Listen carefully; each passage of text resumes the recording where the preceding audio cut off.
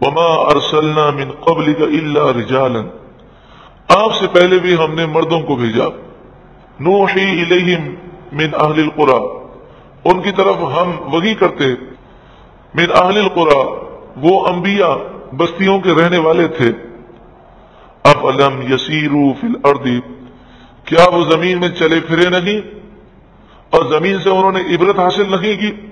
کیسے کر و فر والے، غرور و تکبر کرنے والے آج قبروں میں پڑے ہیں، ان کی ہڈیاں تک بھی نہیں ہیں۔ فینظروا، تو وہ دیکھتے، کیف کان عاقبۃ الذین من قبلہم، کہ ان سے پہلے لوگوں کا انجام کیا ہوا۔ دنیا کی کامیابی کوئی کامیابی نہیں ہے، اصل کامیابی تو آخرت کی ہے۔ وَلَدَارُ الْآخِرَةِ خَيْرٌ لِلَّذِينَ اتَّقَوْا، کسی کا بھی انتقال ہو جاتا ہے، اخبار میں جب تبصرہ آتا ہے تو انہوں نے بزنس میں بڑی کامیابی پائی، انہوں نے فیکٹریاں کھولی، اس میں بڑی کامیابی پائی، انہوں نے اس میں کامیابی پائی، اس میں کامیابی پائی، آخرت کا کوئی ذکر نہیں ہوتا۔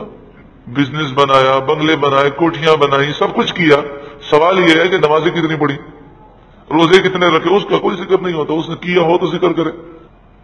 وَلَدَارُ الْآخِرَةِ خَيْرٌ لِلَّذِينَ اتَّقَوْا، اور بے شک آخرت کا گھر پرہیزگاروں کے لیے بہت بہتر ہے۔ افلا تعقلون، تو کیا تم عقل نہیں رکھتے؟ حتی اذا استیأس الرسل، یہاں تک کہ جب رسولوں کو ظاہری اسباب کی امید نہ لگی، وظنوا انہم قد کذبوا، اور لوگ یہ سمجھے کہ رسولوں نے ان سے غلط کہا تھا۔ بظاہر ایسا ہوا، انبیاء پر لوگوں نے ظلم کیا اور چاروں طرف سے آندیاں چلنے لگیں۔ اب چاروں طرف سے ایسا ظلم نے گھیر لیا کہ اس سے نکلنے کا کوئی راستہ نظر نہیں آتا تھا، اور کافر مذاق اڑانے لگے کہ آپ تو کہتے تھے نا کہ اللہ ہماری مدد کرے گا، ابھی تک تو نہیں آئی۔ جاءہم نصرنا، اس وقت ہماری مدد آ گئی، ہماری مدد ان پر آ گئی۔ فنجی من نشاء، تو جسے ہم نے چاہا اسے بچا لیا گیا۔ ولا يرد بأسنا عن القوم المجرمین، اور ہمارا عذاب مجرموں سے نہیں پھیرا جاتا، مجرم ہلاک ہوئے۔ اے عبرت کی آنکھ رکھنے والوں، دنیا میں ہر سو عبرت کے نمونے ہیں، یہ دنیا کوئی تماشا نہیں ہے، یہ کھیل نہیں ہے، یہ دل لگانے کی جگہ نہیں ہے، یہ عبرت کی جا ہے۔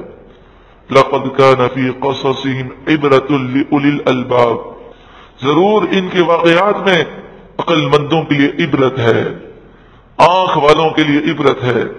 اللہ ہمیں عقل مند بنا دے۔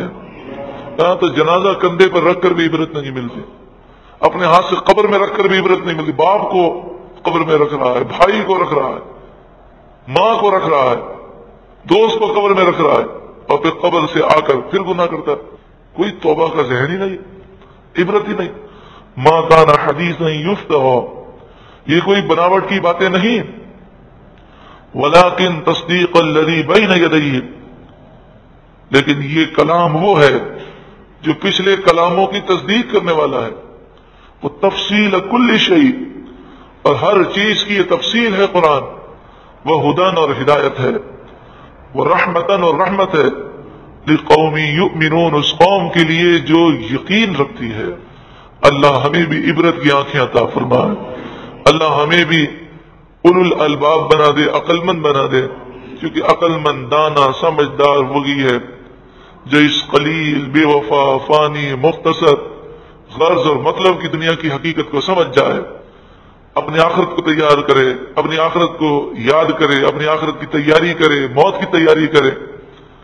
عقل مند تو وہ ہے جسے رسول اللہ نے عقل مند قرار دیا، کہ آپ نے فرمایا نماز اس طرح پڑھو کہ زندگی کی آخری نماز ہے، صبح اس طرح کرو، فرمایا گیا کہ زندگی کی آخری صبح ہے، رات کو اس طرح سو کہ آخری مرتبہ سو رہے ہو۔ اللہ ہمیں عقل مند بنا دے۔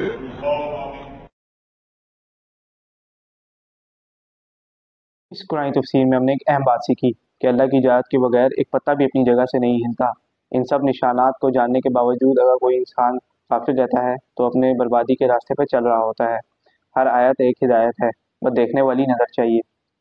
قرآن سے سننے کے لیے نہیں بلکہ زندگی بدلنے کے لیے ہے۔ سورہ یوسف کے آخری حصے میں کس بات نے آپ کو سب سے زیادہ متاثر کیا؟